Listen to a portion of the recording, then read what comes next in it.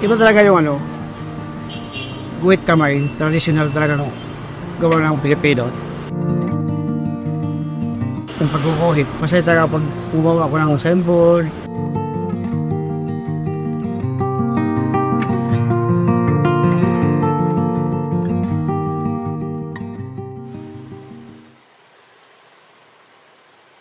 Ako nga pala si Luloy na gumagawa ng signage dito sa Fairview. Halos 30 na siguro, 30 years na ako gumagawa. Yung pinakamalaki ko, bali 300 to. Pinakamaliit ko naman ay 40. Murang-mura na nga. Bagsak presyo talaga yan.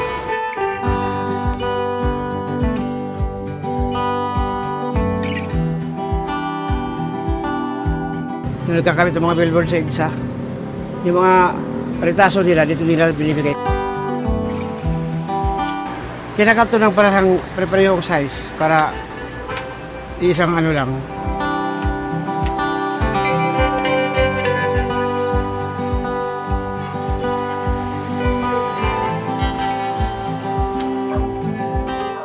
Tapos hugasan mo pa daw, tubig, kasi marumi. Sabunin.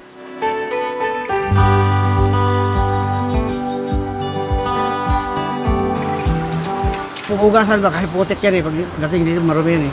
Ito dati puti, pato talagang puting-puti. Tuyuin. Bago pinturahan ng ganitong kulay. Pagkatuyo ulit, saka lang layout naman para sa ganito, may litra na. Matagal na proseso. Tatlong araw na yun, ginugol mo dyan eh. Kasi 3 araw na. Lahat pati magawa. Bago mo may display. Malumano din siya. Walang layout na sabing may sa papel, may nakabakat. Wala. Layout yan, malumano. Talagang scale na lang yun. Sa'yo na lang yun eh. Baka i-estimate mo na lang, mata-mata na lang yun eh. Di ba itong litrato, i-layout mo yan. Ikakat na lang ng itim. Yung ang pinakahuling pintura, kasi gawang ano yan eh, background yung itim. Pero reverse kasing gawa, kaya itim ang pinakahuli. Reverse ang pagkagawa ng pintura. Yung tag 300 ko, pag halimbawa i-layout ko yan, tatagal yan halos 30 minutos. Matagal din, matagal gawin, magkano lang, 300 lang. Sa isang araw, kaunti lang. Siguro makasitang araw magagawa ko yung mga 20 lang piraso. Isang malaki. Matagal din gawin. Ay yung maliit naman ito, hindi abot sa mga 5 minuto, hindi abot. Sa 3 minuto.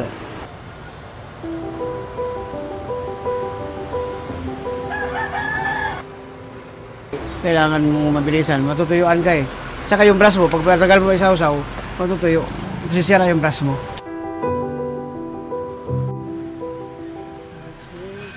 Noong umpisa talagang halos hindi ko makakain dito dahil hindi pa kilala eh. Talagang tama lang pangkain. Nung pagdating ng pandemic naman, doon naman kami bagsak. Nawalan na kami ng pag-asa halos eh. Nung nalaunan, malakas na. Meron ding araw na matumal. Meron ding araw na medyo maganda-ganda. Kaso, sa pinakamababa na talaga, 1.5 isang araw. Pang-araw-araw talaga. At saka yung sa pag-aaral ng mga anak ko. Yung panganay ko nakatapos na sa college. Yung dalawa naman, nung kasunod, dalawang kolehiyo ko ngayon, kaya tulog kayo.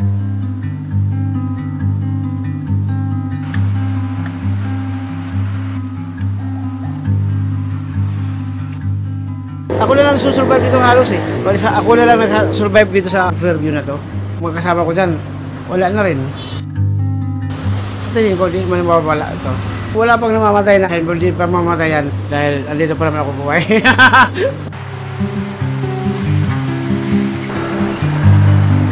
Kung matuloy man yung pag-peace out, malaking bawas kasi hindi naman libo ang jeep dito, milyon siguro meron. Nasalayan niyang mga jeep, signboard talaga, tagtad yung signboard sa 5, 4 ang ilalagay nila doon.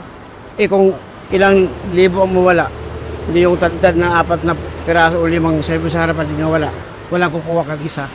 Malaking bawas, malaking impact talaga sa amin na gumagawa ako sa signboard namin na kumikita lang.